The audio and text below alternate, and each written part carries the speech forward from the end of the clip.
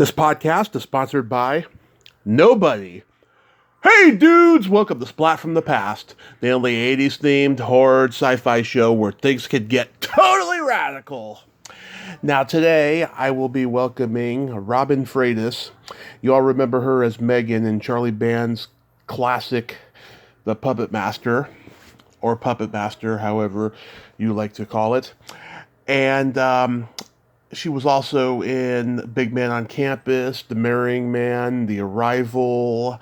She guest starred on Head of the Class, Anything But Love, Midnight Caller, Quantum Leap, Silk Stockings, so many great things. And we're going to talk about all of that stuff today. She's going to be at ChillerCon in Parsippany, New Jersey, October 28th through the 30th.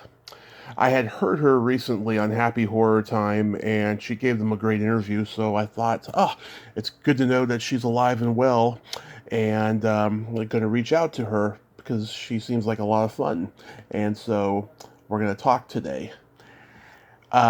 Rest in peace, Henry Silva, one of the last of the great tough guys in old Hollywood. The guy was in so many great movies, not just Chuck Norris's Code of Silence, but he was in The Manchurian Candidate, Ocean's 11, the original, Jerry Lewis's Cinderfella. He played the title role of Johnny Cool. He was just such a great character actor playing bad guys, and he lived a long time. And he did conventions up until maybe 10 years ago at least. He was doing autograph signing shows for years, from what I understand, and unfortunately I never got to meet him. Rest in peace, Henry Silva. So yeah, here is my interview with Robin Frates.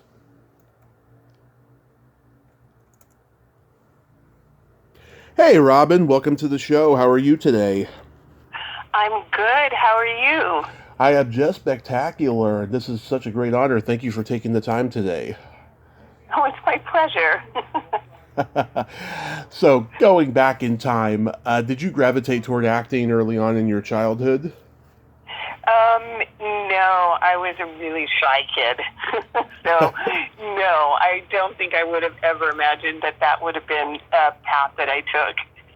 But I discovered in high school that it was a great place to be a shy kid who needed to express herself. So Well, when you have somebody else's words, it's a lot easier. of course, yeah. Well, what was your original trajectory? What did you want to be? A writer? Okay. That's not too far off from the world of acting, you know. I mean, sometimes, people do both. Right? Yeah.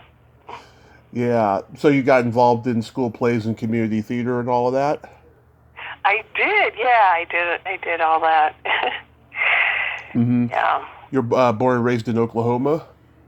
Yeah, you did your research. Yes, I'm from Oklahoma, where the wind goes sweeping and all of that stuff.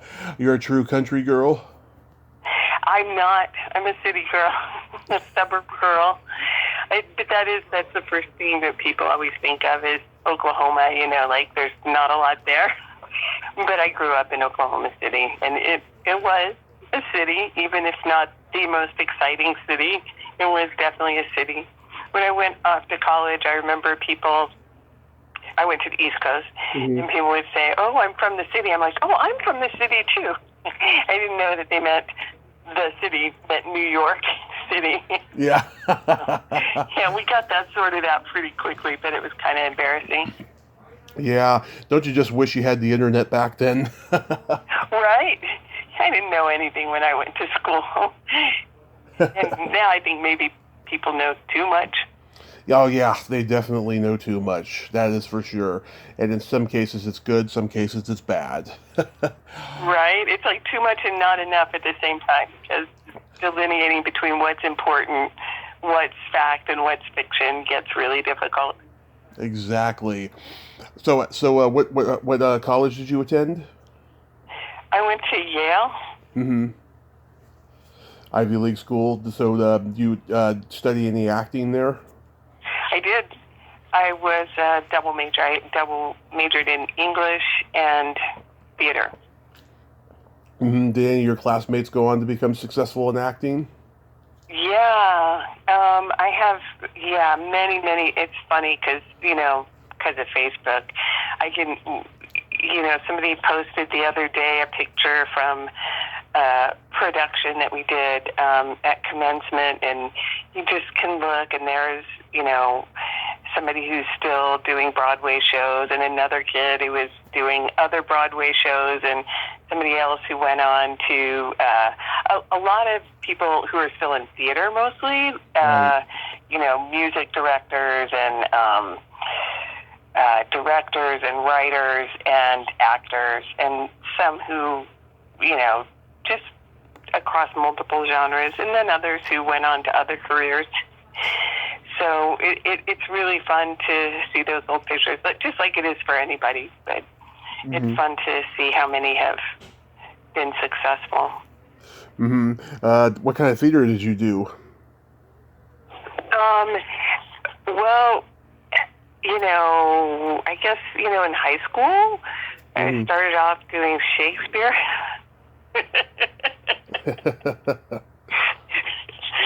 It's always kind of funny when you're talking about high school actors and Shakespeare. So I would die to see one of those productions right now, because it had to be just painful for people to sit through. but it was very serious at the time, of course. Like when you're doing anything in high school, it's pretty serious if it's a creative pursuit and something you really want to do. But yeah, we did Shakespeare, and then in college it was arranged. There was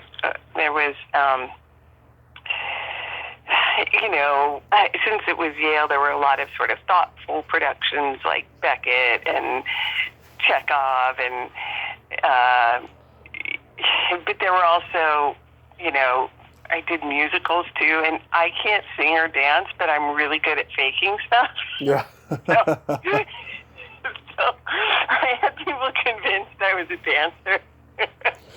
Like, wearing the Jennifer Beals, like, Flash dance shirts and the leg warmers and sweatpants and stuff. So, yeah, I did a lot of productions, and I was in the choruses because, I can carry a tune, but you couldn't really call me a singer. But it was a lot of fun, Guys and Dolls and Grease and, a lot of dumb productions, but yeah, it was a lot of fun. Yeah, we had a musical theater program at my high school. We did Grease and Damn Yankees and Sound of Music, which I auditioned for, and I never auditioned for anything again after that, because I just saw all these spoiled rich kid no talents getting into the play, just because their parents were putting so much money into the drama program. It's just like, oh my God, this is horrible. But I did do stage crew, and I enjoyed it. I had so much fun. I was a prop guy. There's nothing like doing props, standing around, and with the other prop person telling dirty jokes and nobody knows it. Right? My daughter was in tech too, and they had the best times building the sets, taking the sets down, and hanging out and talking trash. And but I know what you're talking about. When I was in high school, my school got a new theater. Like the facility was redone, and it was gorgeous. It was fantastic. But yes, the big donor's daughter got the lead in the musical The King and I. Yeah. And I just remember, and she was gorgeous. She was a really lovely person, but she had kind of one of those kind of lower, gravelly voices. And, this was The King and I, which has that kind of like, that 50s kind of like, soprano voice. I'll never forget her, like, getting to know you. Getting to know you.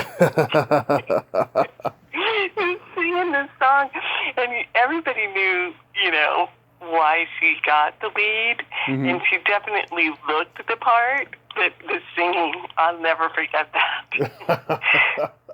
Yeah, I mean, that's one thing I don't like about the business, the politics. It's awful. Yeah. It really and is. I guess, Yeah, you're 100% right. I think that goes on at every level, but it probably goes on in every profession too, to some degree, right? It does, yeah. Oh my God, people, saying, why did so and so, get the promotion at the office or something like that, and the person's an absolute narcissist or something. Yeah. Yeah. So, what year did you move to LA? Oh my God. That's a really hard question. I try not to count. When you get past a certain age, you just stop counting. I think it must have been like 89. Okay. Yeah. 'Cause I remember the episode you were in of Head of the Class. I saw it when it first Oh my, premiered. yeah, wow. Yeah. Yeah, I have to say, I was really bad in it. Like, I saw it again recently. I'm like, oh my God, I can't even watch it. but it was really fun. It's so fun to get, I think, like with any career, you get your first job and it's like, oh my God, this is so exciting. I'm in. And that was my very, very first one. So it was pretty exciting. Yeah, I was in kindergarten at the time. My nickname growing up was TJ, and I found out later that TJ is Richard Pryor's daughter, Rain Pryor. Yeah. Yeah. Yeah. How was working with Tanis Vallely?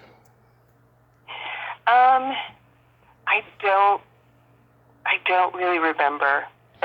Honestly, it was so long ago. I wish I could answer that, but I don't. All I remember is the name because I thought the name was super cool. Yeah. I just interviewed her father's comedy partner, Jonathan Schmock, who played the snooty Major D in Ferris Bueller's Day Off. Uh-huh. Yeah, he was a true mensch, great guy. I loved talking to him. I also noticed that Leah Remini was in that episode too. It was like one of her first jobs. Yeah, I think I did a lot of episodics with people who went on to do amazing things. Like, I think Kathy Griffin, I did Dweebs with her right when she was breaking, and I played Anna Gunn, and I were like a lesbian couple in an independent movie, and she went on to Breaking Bad. So I think I'm a golden touch for people.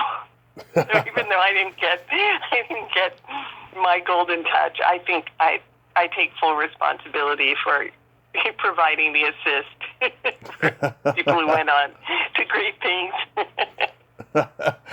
You were in the pilot for Anything But Love. Yeah. Yeah. Like, with Richard Lewis and Jamie Lee Curtis, two icons. God, that must have been amazing. It was. That was a really fun job, and Jamie, they were both really nice. Really, it never occurred to me how nerve-wracking it is for people. For me, it was a guest star job, so I knew I was one and done. I'm just there for that day. But for the people in the cast, I couldn't quite figure out, why they were there's just nerves on the set all the time. Like, you could just sort of feel it radiating. And remember, during midweek, all the writers came in, and production crew, they came in for, a table read, and it was just kind of deadly. Like, everybody was just on edge, and the tension. And, again, I'm just what? I'm so nervous.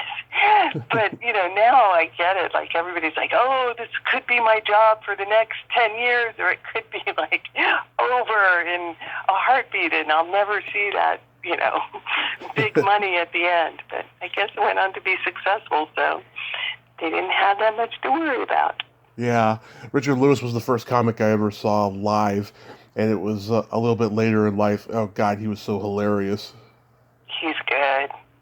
Yeah, I mean, he's not the neurotic mess that he once was, but he's still pretty close there. He just stands there on the stage now, and I remember he said, I'd like to ask John Wilkes Booth what his favorite Beatles album. He probably would say Revolver always worked for me. Oh my God. Yeah. Yeah, good comedians are amazing. I don't know how they do it. Just find the humor in random everyday things, or these weird connections. I love listening to good comics. Yeah, I carried a notebook the first 3 years that I was doing it, and then I just stopped after a while. I would just, write down things in my cell phone whenever I came up with something funny. What was your favorite gig? God, I mean, I played the San Jose Improv a couple of times during the last year that I was doing it, and it would be a lot of fun. I mean, the energy, I was just feeding off of the audience. Right. There's nothing like that. Mm-hmm. You're my third guest from Big Man on Campus. I've talked to Corey Parker and the big man himself, Alan Katz. But Wow. yeah, anything you remember from that? My part was so small, so I was just there and done. So Yeah. not really. Just that that was kind of one of my first feature gigs, so it was exciting to do. I don't even remember what year that was. Do you remember? 89. Holy moly! Wow, 89 was a good year. Yeah. Yeah. I mean, this movie is such an enigma, because nobody outside of comedy knew who Alan was, except for his comedy writing peers, and the fact that he played this Quasimodo type character, it's just an enigma, And Yeah. I told Alan, I thought he was fantastic in the role, but I think he didn't agree. I think that he regretted playing the role, but it's sad. Really? Yeah. Why did he regret it? I didn't ask. I think he regretted it. He didn't show that much enthusiasm when I gave him that compliment. Right. Yeah. It's sad sometimes. I mean, performers can be their own worst enemies when it comes to their performances and stuff. Yeah. I would definitely agree. I think a lot of us can be hard on ourselves in ways that we would never be with anybody but ourselves. Yeah. You worked with another guest of mine, Mel Damsky, on Everybody's Baby: The Rescue of Jessica McClure. Do you remember working with Mel? Yes, Mel's a fantastic guy. So Mm-hmm. a lot of the jobs that I got when I was younger were because I was in an acting class with directors like Mel. Mm-hmm. Also, David Schmoller was in the acting class. Oh. Yeah, so, and the producer of Head of the Class. So all three jobs there were all directly related. And Mel was wonderful. He really participated in the class. He really looked for talent in the class, too, and helped to nurture young people like me Mm-hmm. at the time, and Yeah. to help us gain confidence. And, giving me that job was such a wonderful, just a gift for me, because I, if I hadn't met him, I'm sure it would have been a lot harder for me to get a job like that. But I had a nice role in that, and there were also Whip Hubley was in that class, and Yeah. he'd worked with Mel before, and a couple other people that ended up, it's not in that production, then in other productions that he worked on. So he was very generous that way. Yeah, in the 50s, Roger Corman took Jeff Corey's acting class because actors told him he wasn't really good working with actors. So he took the class, and he met a lot of actors that he put in his movies, like Jack Nicholson. Right. Yeah, and I think that's why these guys were taking the class, because it was, the infamous Milton Gonzalez. That's where I know Carol Eda White. You also know, who's Yep. wonderful. So he was a director, so he understood how to coach directors and actors, and how to show a director how to work with an actor. So it was a good place to really get sort of a overall view of how you can have that relationship to create a product.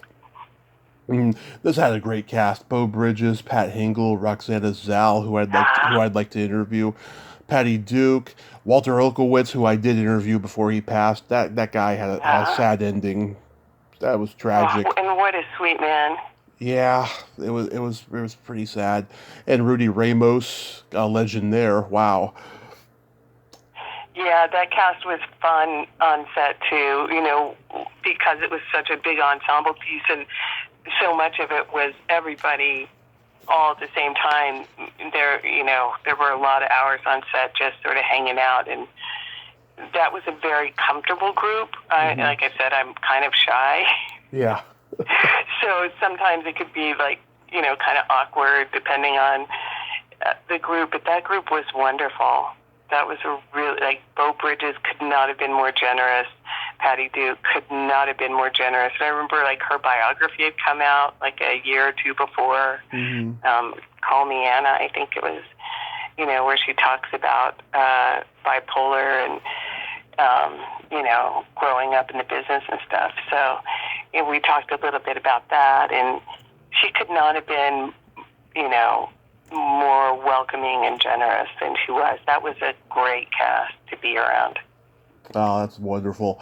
So you meet David Schmoller in class. That's how you get cast in Puppet Master. Yeah, exactly. Did you look at the script and say, "What the fuck"? Pretty much. Yeah, I have no idea what's going on here, but let's just go. Let's just do it. And I do think that things even changed, on set. I honestly, I'm going to swear to it that ending was not in the original script. Yeah. the ending that makes no sense whatsoever, but somehow, I think probably the nonsensicalness of the movie makes it more delightful now than it would have been otherwise. Yeah, I've talked to Irene and Muse and Cindy Sorensen, and they all have their stories and stuff. But what was your experience like?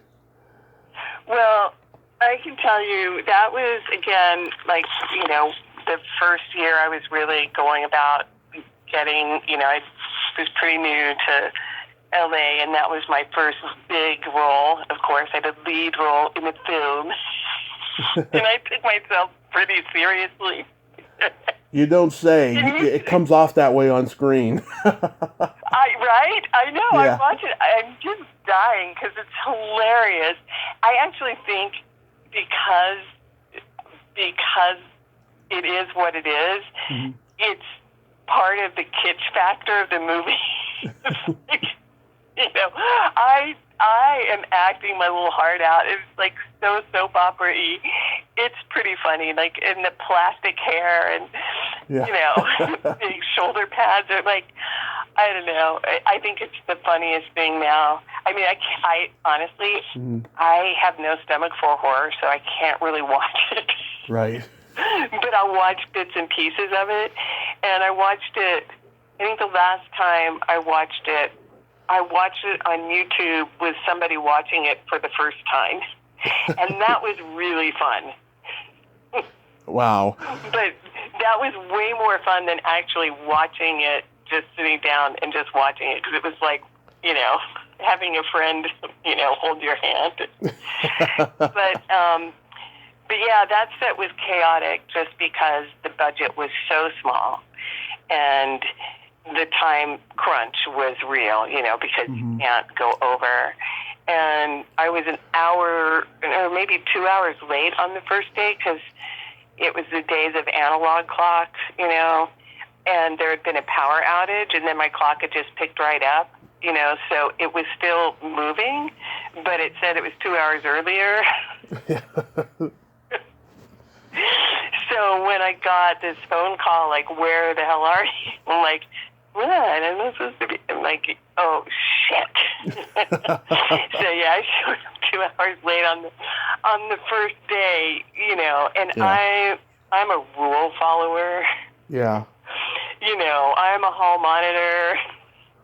I don't make dumbass mistakes like that. So it was like the whole first day, like, oh my God, I'm 2 hours late. They're going to hate me. They're going to fire me. They're going to look for a remote. Not knowing, like, it's a low budget film. Like, they, Mm-hmm.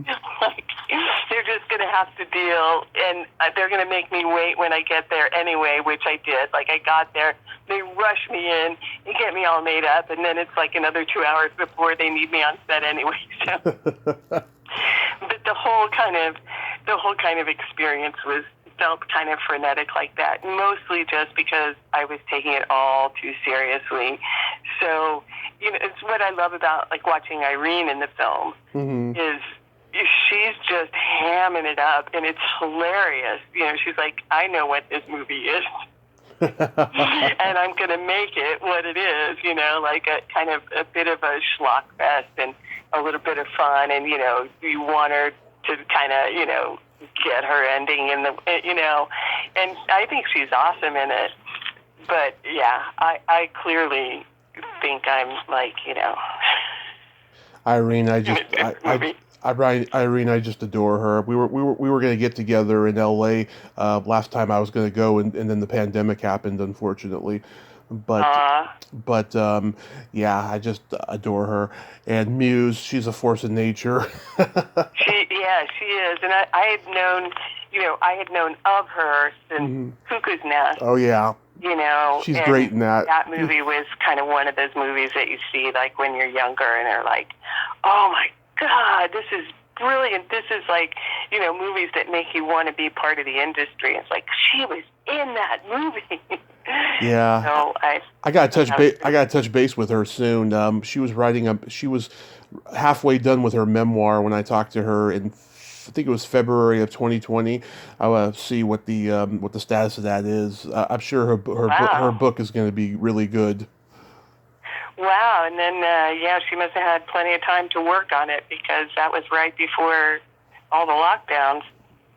Mm-hmm. Yeah. Oh, I'm sure I think she started working on it, long before that. But yeah, I think that's a good book. I mean, she told me a lot of great stories in that 45 minutes or so that we talked. Everybody I talked to who has been on a Charlie Band set has told me that they had issues on the financial side with him and stuff. Did you have that at all? Oh God, yeah. Yeah. Yeah. I mean, I'm sure I'm owed tons of money. Yeah. Because again, like, I come from a theater background. I also played a lot of team sports growing up, and so, like, the producer Hope would come and she'd say, we're gonna have to keep you from overtime, but we have to do this. Would you sign this waiver? And I'd be like, okay, take one for the team, because I was a dope, So I could sign a waiver, and give up, like, my hour and a half of overtime, which now, even by the next movie, I was like, I think somebody at some point took me aside and said, are you an idiot? I'm like, no, it's, and then they explained to me, I'm like, yes, I'm an idiot. So I kind of look at it as, school for dummies. That was my school for dummies. But yeah, those kinds of practices apparently were pretty routine on that set. And then, so he's like, he's refurbishing a castle in wherever, Italy, and, you could be getting your money that you are owed. Yeah, I've met Charlie twice. He's a strange guy. He's a charming guy, but a strange guy. I remember the second time I met him, he was trying so desperately to get me to subscribe to their Full Moon Features Amazon Prime, and I was like, all I wanted to do was interview him. I'm trying. Right. I'm trying to get him. I'm trying to get him to commit to it, because I interviewed his brother Richard, who's also a really charming guy. I like him. Yeah, I remember I reached out to this woman. I won't say her name. She was a crew member for many Empire films, and she played small parts in the Empire movies, including this one where she was kind of a hooker. And always wanted to talk to her because of that role, you know. And we Mhm. went back and forth with it for a while, and then finally she just said, I'm just not comfortable talking about this right now. I don't want to shatter your illusions about Empire because I see that, you know, how much you worship it." And I was like, "No, I want to know the truth," you know. Right. And yeah, and I remember last time I emailed her, she didn't reply me back, you know, sadly. But yeah, I mean, it's sad when you find this stuff out, you know, that things that you love, you know, there's always a dark side to it. Right. Right. Well, I didn't have, like any bad harassment or any of that. It was Yeah. mostly just, this kind of like, you know, that was the worst of it, just kind of finding, and even that, just as a young actor, that Hmm. was more like, okay, live and learn, you know, if I'm going to learn something that basic, it was a good time to learn it, Yeah. you Oh, know. yeah. Because Schmoller, he had just directed Crawl Space, and there was sexual harassment on that set because of Klaus Kinski and just how crazy he was. Tony McClure told me about it on this podcast. It's one of my most downloaded episodes. Wow. Yeah, I mean, we did that probably in the first couple of months of the Me Too movement starting, and she just went all out and told me everything that happened in that, you know. So I guess when David made this movie, he wanted to make sure that the women were protected. Yeah, I think, also like my role was so kind of buttoned up. Mm-hmm. If anybody would have been a target, it probably would have been Catherine. Wait, is that her name? I might have kidding. The blonde woman, right? Yeah. She was much, voluptuous and beautiful, and she was playing a sexual role. Catherine So O'Reilly. Yeah. yeah, yeah. So I think they probably would have bypassed me, the one who takes herself too seriously, and Yeah. gone for something more interesting. I actually think that you were very pretty. Oh, thank you. Yeah. I think that you had a lot of confidence, and you know, I think that hair was great that you had. No, it's so funny, all that makeup chair. Hmm. What was I'm a Paul? tomboy in real life, so it's fun to sit in a makeup chair and have people kind of make you over and turn you into a girly girl. I could spot a tomboy a mile away. I could tell that from you. What was Paul Labatt like? um, okay, so he's another person I kind of was like, whoa, American Graffiti. I loved that movie when I was younger, Oh yeah, it's one of my favorites. Right? It's so good. Yeah, And yeah, so I was pretty much starstruck, but he was really down to earth.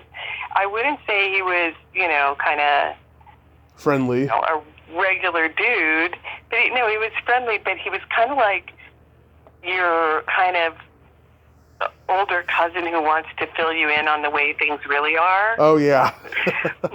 Like tell you a little about life, kind of. Hmm. So he would tell me stuff like, how the moon landing was a hoax and, things like that. I'm like, okay,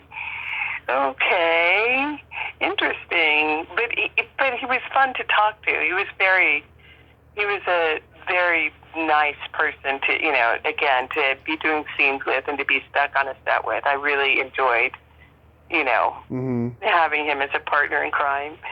Oh, yeah. And then Bill Hickey, he was so great. I've talked to some of his students. They tell me he was a great acting teacher. Yeah, and a very sweet man. But of course, I didn't get to really see him much on set because his stuff was, pretty separate. So Hmm.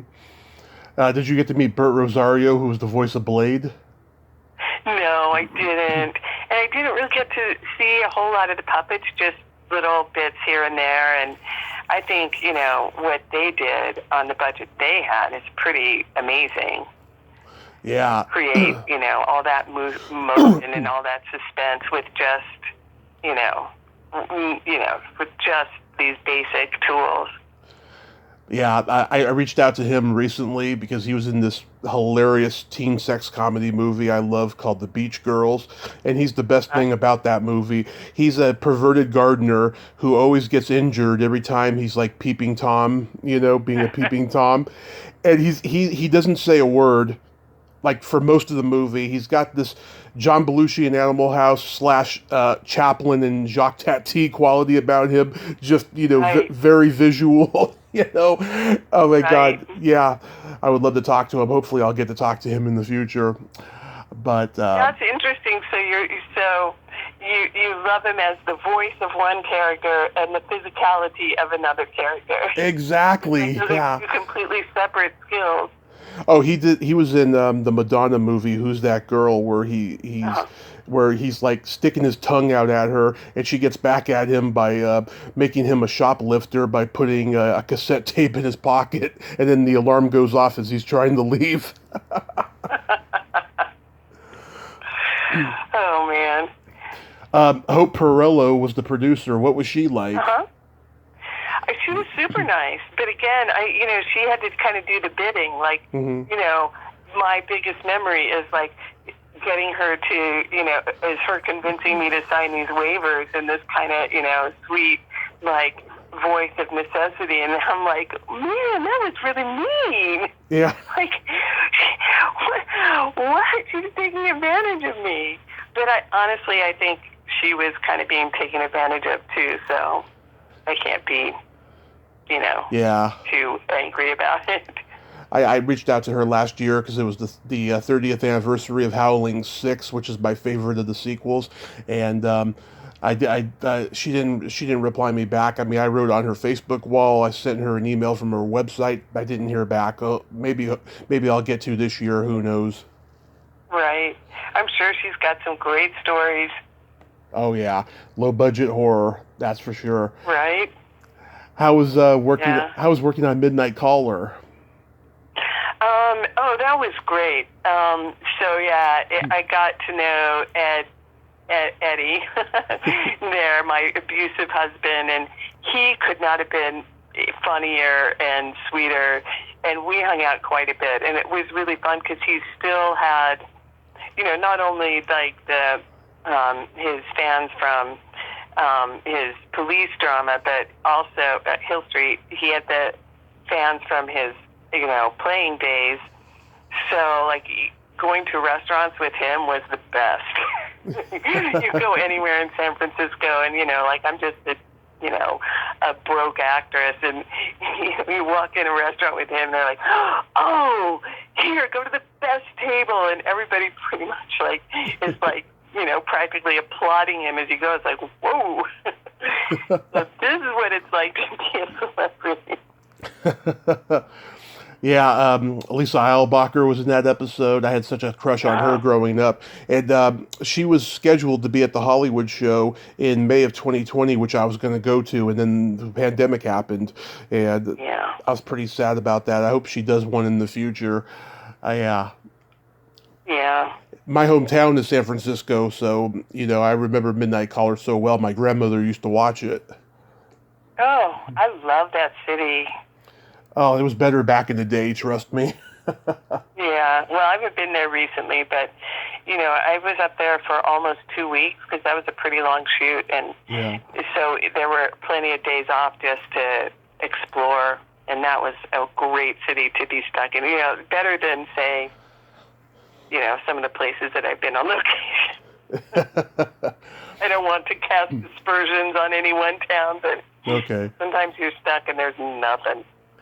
Then you get to do a Disney movie, The Marrying Man. Yeah.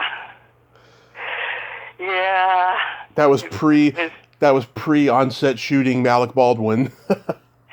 Yeah, there even on that set there were stories sort of floating around about about Kim and Alec, but really that all I remember is sort of an all-night shoot. And being in the trailers with a bunch of young actors just waiting for the moments that we were on, because it was kind of exhausting. But it was fun because it was just a bunch of young actors hanging out in nice clothes, waiting to go on. John Peters just admitted on Joe Rogan's podcast that he had an affair with Kim Basinger when they made Batman. Oh. Yeah, just the other day, I was listening to it. I was like, wow, I would never have guessed. And I know it's just before her and Baldwin were together. Yeah. Well, she was gorgeous, so. Yeah, God, I don't know if it's because, her box office bankability slipped and Alex, bankability was higher, but just, it got to a point where she was just being underused in film, and it's really sad because I thought that she was very talented, even in spite of being gorgeous like that. I would agree. I think, in some cases, that kind of like absolute drop dead gorgeousness can be something that you have to overcome in order to convince people that you are as talented as you are. Absolutely. I've never had that problem, but I would imagine if I did. Thank God I didn't. You did another horror movie with Schmoller, The Arrival. How was that? Yeah. That was really fun because, again, like,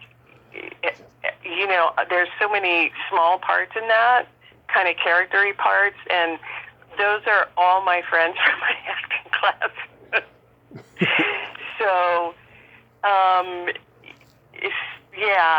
the script was written by the big brother of somebody who became my best friend. Mm-hmm. So we weren't, we were acquaintances at the time, but then we became besties after that movie. So, I feel like that, there's long-term relationships in your life, and that's been a long-term relationship for which I am truly grateful. So I'll always think of it that way. But watching that movie and watching some of the small roles in it, and, you get to see your friends really chew the scenery up, and that's a lot of fun. More fun than watching myself. Yeah. Yeah, John Saxon, I never got to meet him at a con, unfortunately. He was sick by the time that I started going to them. But, oh my God, one of my favorite movies of all time is Enter the Dragon. Yeah, he's like, talk about prolific, like workaholic. He was in everything, wasn't he? Yeah. Oh my God, he started out as, a handsome leading man in the late 50s, and then he became a sinister and deadly character actor. Yeah. And then I think, there were, I think like in this movie, it's kind of like, just kind of, let's just, pad the bankroll a little, like those are the kind of roles you could do in his sleep. But, mixing those with the ones that must have been more exciting, more interesting. Yeah.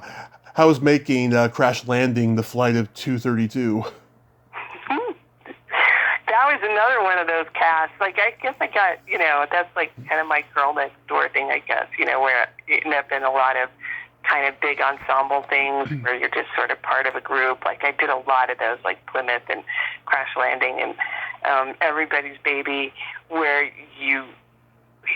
there were just a lot of really good people around to hang out with. Yeah, the cast of that movie was, again, really down to earth, and we were stuck out there in Iowa for like Sioux City for the longest time. So there was, there it's like, I think the highlight of our off hours was visiting the Jolly Time popcorn place.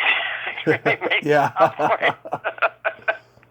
Because there just wasn't a lot to do, so you're there, it's like read a book. Yeah. Read another book, hang out, and then you're on set while you're on set. But that was really, I think, one of the highlights too. And I'm so bad with names in my memory. The producer, the woman who produced it, I can't believe I can't bring her name up. I can look it up. But she was such a gem of a human being. Dorothy, I think, was her name, Dorothy something. But she came from a family of producers, and, you know, she would just sit and talk, you know, like, again, being a young actress, she talked to me about, you know, just being a woman in the business, you know, and having this high-powered job and raising kids, but you never felt like she was talking from a place of superiority or knowing more than you, or, you know, and I'll never forget that, you know, leaders who lead, you know, from the middle, not from, you know, lofty perches, you know, who know what they're doing and are sure-handed, but know how to talk to people and relate. Yeah. It was phenomenal. I love that woman. Dorothy Petrie. Yes, and her whole family, Donald Petrie. Yes, thank you so much. Of course. Yeah, just Daniel. Wonderful. Yeah. She had been married to Daniel Petrie. Yeah. She died in 2020. Yeah, I remember seeing that, and she was wonderful, and the whole cast. You know, I remember that was the first time that I met somebody who actually had made the choice to work from outside of Los Angeles. Right. Like, he'd moved with his family up to Oregon and was able to come down and audition for roles and then go back, and, you know, like, wow, I didn't know you could do that. And now, of course, you can do it because everything's remote. Yeah. But that was the first time I met somebody who was brave enough to do that. I think Jeff Daniels did that too. Yeah, Charlton Heston, James Coburn. Wow, those are legends there. Right? Mm-hmm. How was guest starring on Quantum Leap? That was fun too. That was fun because, you know, I'm from Oklahoma, but I got to do a New York character. I'm like, okay, I can kind of ham this one up and do a New York accent. You know, every actor, I think, likes to be a little bit of a ham sometimes, so that was fun.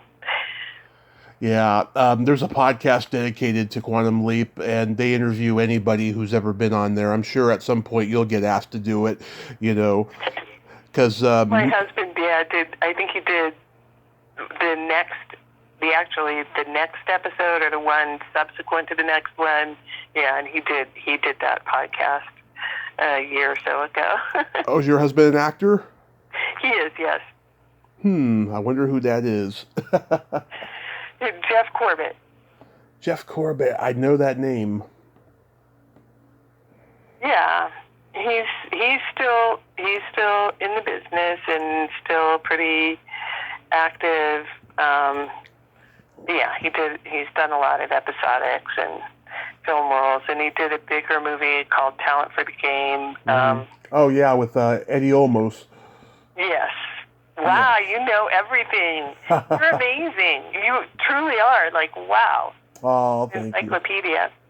Yeah, I love this stuff, you know. Yeah. You did a couple Silk Stockings. Did you work with Charlie Brill?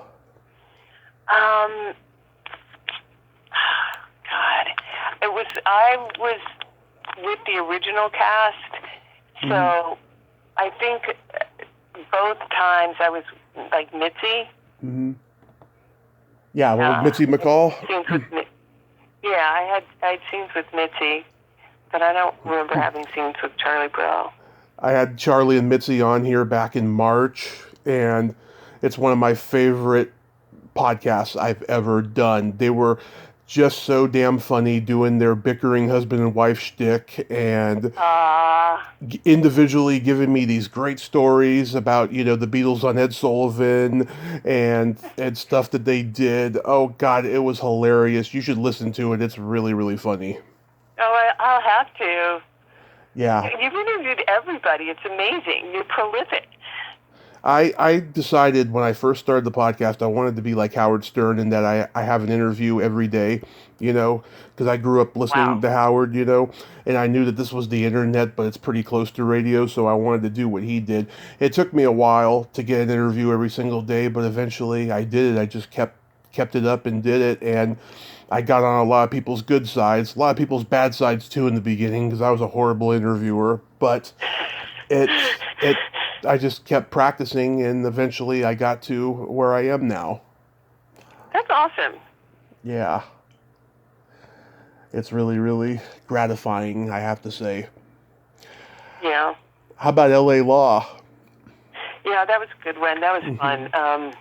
A. Martinez was a big sweetheart. And, I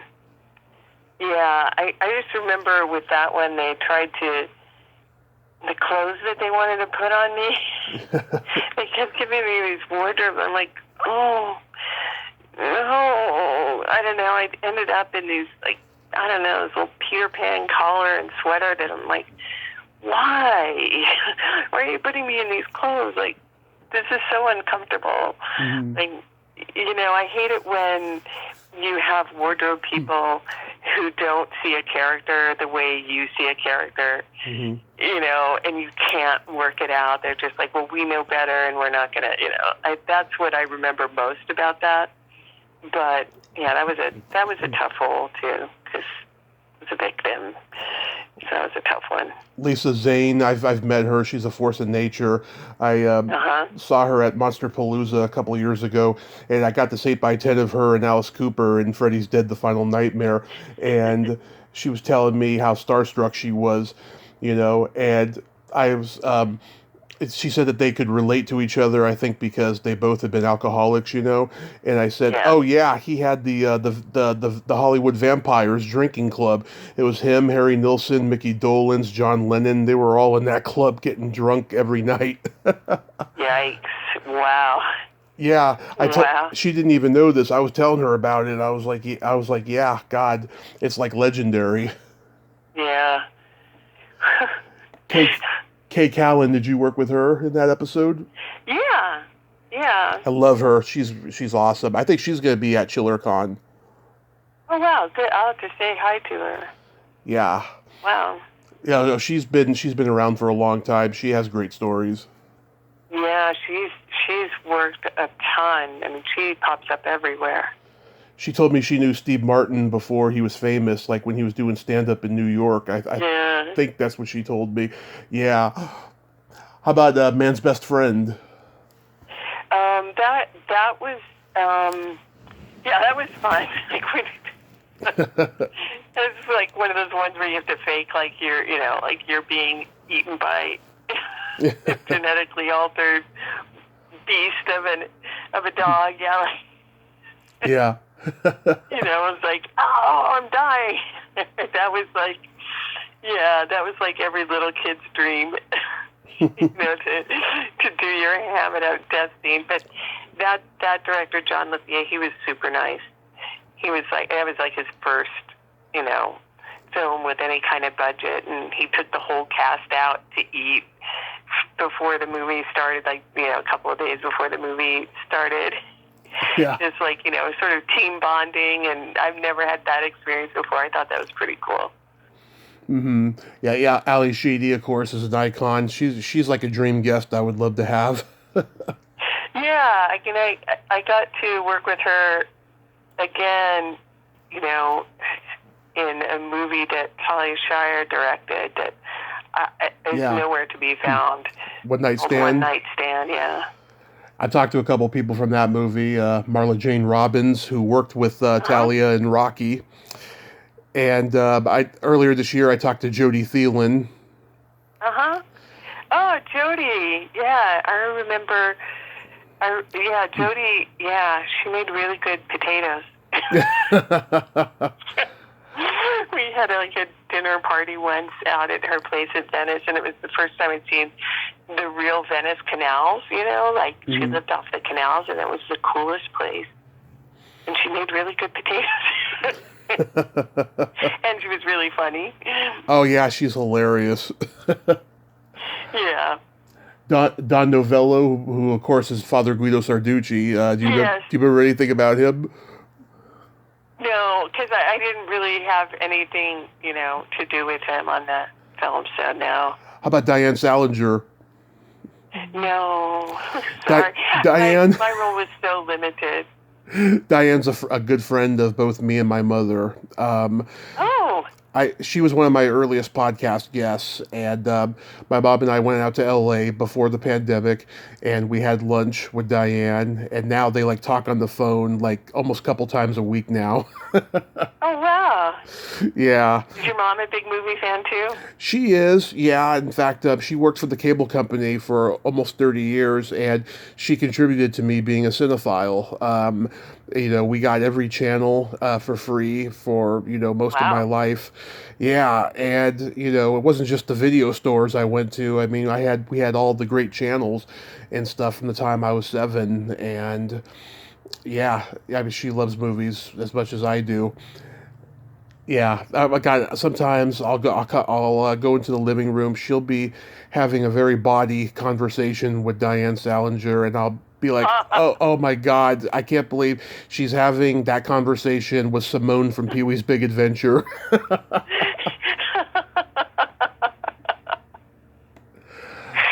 That's I awesome. I love my life, Robin. I love my life. Right. So I'm curious. Like alternate Go ahead. universes, right? Like the Right. people and then the people in the movie. Yeah.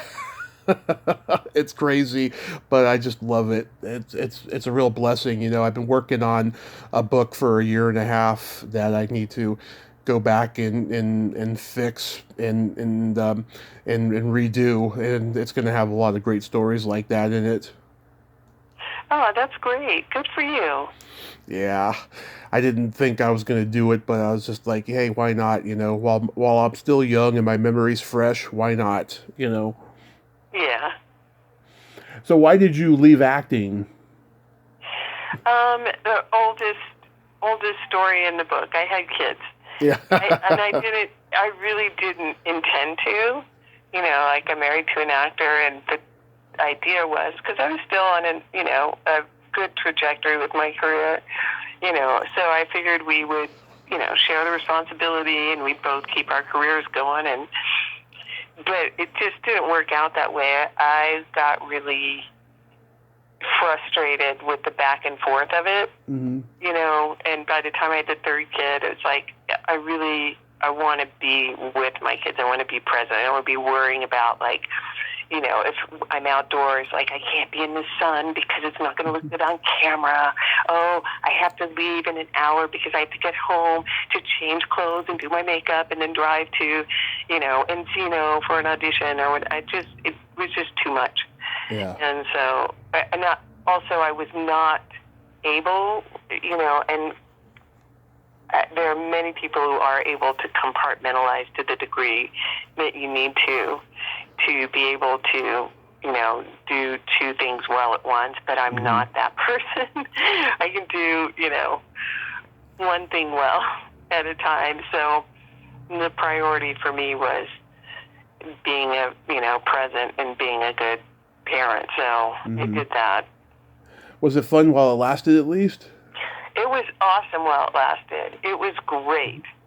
And, I did, up until the third kid, I did work sporadically. Mm-hmm. But it just was harder. I kind of felt like an imposter when I go in auditions and stuff. So it stopped being fun because I wasn't feeling good about it. So, but while it lasted, it was awesome. It was a lot of fun. It was also, as you know, having been in stand-up, it's also heartbreaking and difficult, and, the rejections can feel, just demoralizing to a degree that, takes a lot of grit to, get past. I mean, there were times, like, there was a pilot I was up for. Do you remember there was a series called Homefront? Oh, yeah. Yeah, I wanted that so bad. Mm-hmm. I wanted that so bad, and I was so right for that part. I knew that was my part. And the casting director, when we came to the very final, it was between me and one other actress. And when it came to the final, she called the final, like, screen test. She called and told my agent, tell her to va-va-voom it up. Wear this and that. And I'm like, doesn't sound right. Mm-hmm. What do you know? And what do I do? What do I do? And so I kind of went halfway with what she was telling me, and halfway with my gut, which was to keep the 40s clothes, or the 40s vibe, that I was like going with, Right. And she sandbagged it on purpose. As it turned out, and I think this has happened to other actresses too, like where the casting director, for one reason or another, has a leaning. So I think she was friends with the manager of the other person. Mm-hmm. So losing that one, that was the biggest heartbreak of all, because I knew I had it, and then I let myself get sandbagged, because I knew what it needed. And if I just said, fuck that, and gone with my gut, I think I would have had it. I still do, but I didn't go with my gut. I went with, I listened to what, the cast writer told my agent instead. Yeah. There's a guy, Robert Brian Wilson, who played the killer Santa Claus in Silent Night, Deadly Night. He, in the early 90s, he had a dinner meeting with a woman producer, and she was like 2 hours late. And after about 2 hours, he finally got a message from the waiter saying that she wasn't going to make it, but she would like to reschedule. And he said this thing had happened to him before, and that was the breaking point. It was like, this business is not worth it. I'm getting out of this business. Yeah. Yeah. I mean, they just, God, they don't have any common courtesy. Some of these people are broke. They don't, have $20 for gas to go meet you at this illustrious location in L.A. where it's going to take about an hour to get there because of L.A. traffic. And then find out halfway that the meeting's been rescheduled. It's just, it's awful. That kind of crap needs to stop in this business. Yeah. I don't think it ever will, though. I think there's always going to be that urge. People who have a little bit of power like to, and I think that goes, you look at politics, you look at anything, there's always going to be people who like to show their weight, throw it around, show that they're the boss, and, keep other people in their place, just for their own egos. And I think that'll always be that way, just because there's that wicked side of human nature. But there's also a lot of good people in the business that won't do that shit, and those are the ones you got to gravitate towards. Absolutely, and I was lucky. I was blessed to get on, a lot of sets with those people. Like I said, there were a lot of sets that were just wonderful to be on, and filled with people who were generous and,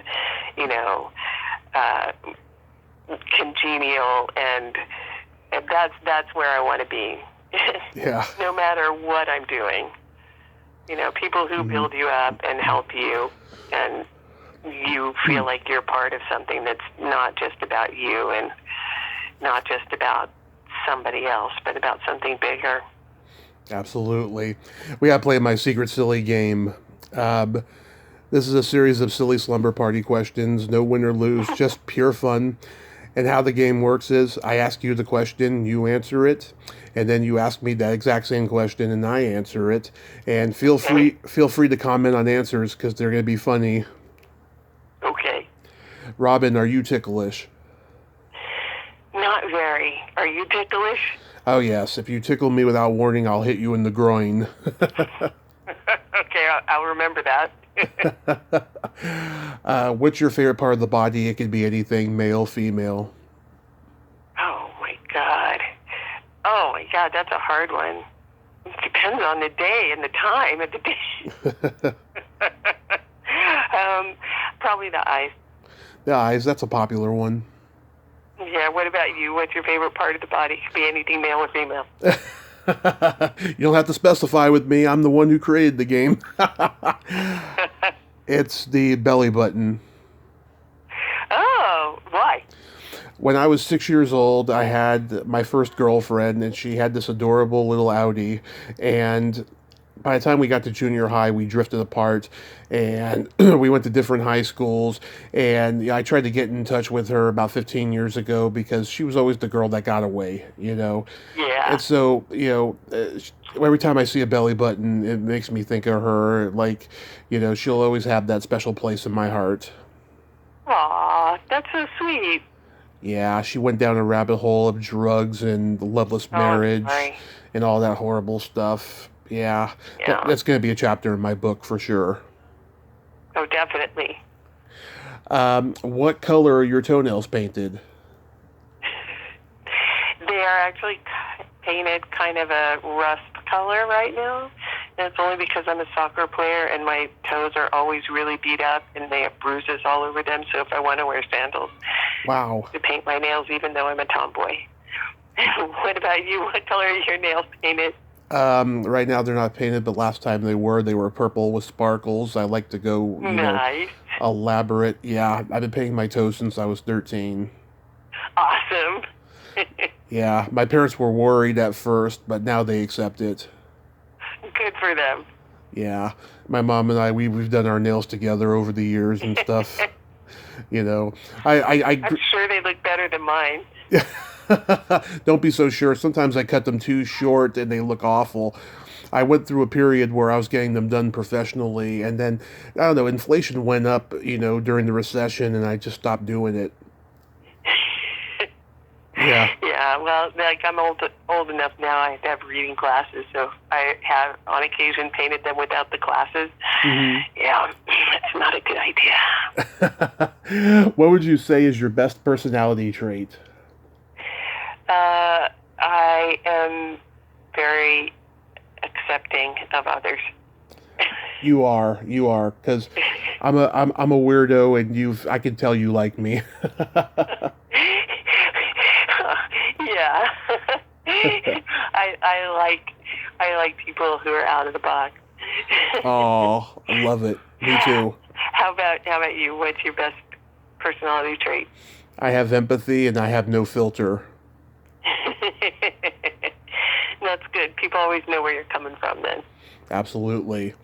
And then my favorite question, is there a stinky smell that just makes you gag? God, there's a lot of them. Right now, it's the cat box upstairs. My kids have cats. I have 2 adult kids who are living at home right now, and they have cats. And yeah, they need to clean the cat box. Yeah. and I really don't want to do it for them because I do not want to establish a bad pattern. Yeah. But it's taking every ounce of self-control because it smells really bad right now. How about you? It's either farts or feet. Oh, yeah. Or the combination. I have a dog and a cat too, so I can totally relate to that. My dog goes in. It's funny. She'll go into the bathroom and she won't use the toilet, but she will shit on the rug that we have. She knows. That's where you go. Yeah. So October 28th through the 30th, you'll be at ChillerCon in Parsippany, New Jersey. Is this your first con ever? It's my first one, and I'm very nervous about it, but I'm kind of looking forward to it, too. Yeah, so, what happened? It just called you up out of the blue? No, I actually reached out. So I have a friend, Teresa Tilley, who was in Evil Dead. Oh, I know Teresa. Yeah. Yeah. I love Teresa. I actually play soccer with her. Really? And she's been doing them for a while. We were just talking about it, and she was talking about doing it. And so she gave me the name of her, convention manager. So I reached out and said, do you think this is something that might be, do you think anyone would actually be interested? And he said, well, let me check. And so he booked this one. So we'll see, we'll see. I don't know if anyone's going to be interested. I see there's a lot of people who had very large careers at the same time. So, I'll be happy if people come down and say hi to me. Oh, they will, but don't worry, people will recognize you from Puppet Master. Yeah, when I talked to Teresa a couple of years ago, she asked me about my stand up, and I was just like, I was not in a good place at the moment, and she was super late to do the interview, and I only had a short time to do it and stuff. I was just like, oh God, we'll be here till next week if we talk about my stand up career, and I hope she didn't think I was an asshole or anything. No, she's awesome. She's very sweet. I met her and the other two at a con about 4 years ago, and Betsy Baker from the Evil Dead, she ended up being my first of the two to do an interview with, and we had a blast. And then I met her again at Dark Delicacies about a year later, and I remember my toenails were blue-green, and she was like, I can't believe I'm going to be saying this to a man, but those are the best toenails I've ever seen.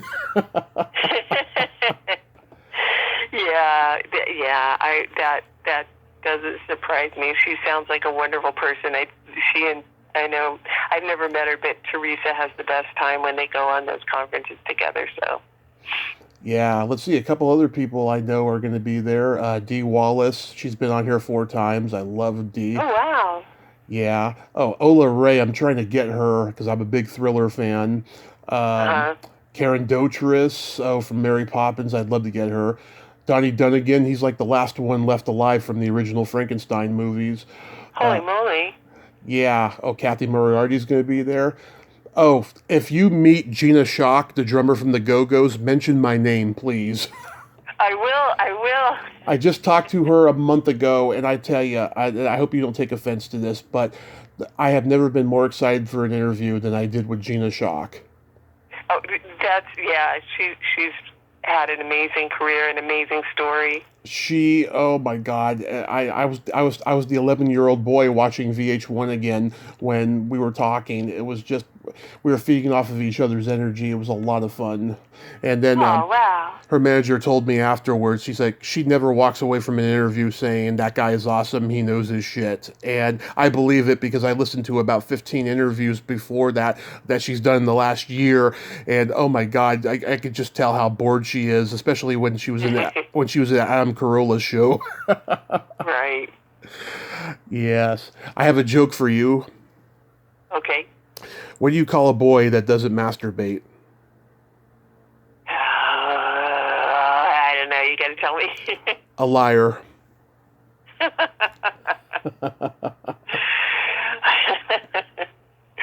That's a good one. Thank you so much, Robin. This has been just a lot of fun. I hope after this convention appearance, you start doing more. And if you're in California, I will come and meet you and give you a great big hug. Oh, that would be so awesome. Thank you so much. I really appreciate that you reached out. It always amazes me when people are interested and want to talk. So thank you so much, and best of luck to you. Oh, my pleasure. Thank you so much. Let's stay in touch and just have a blast out there and be safe. Okay, thank you so much. Take care. Thank you. You too. Bye-bye. Bye. Well, there you have it. Robin Frates. Ain't she a sweetheart? Oh my God, what a great lady, huh? And she is shy, but she's also very, very outgoing and friendly at the same time. And so go visit her in New Jersey at ChillerCon in October. You will not be disappointed. Well, till next time, this is Tommy Throwback Kovac saying there's no shame in living in the past because the present sucks. Later, dudes.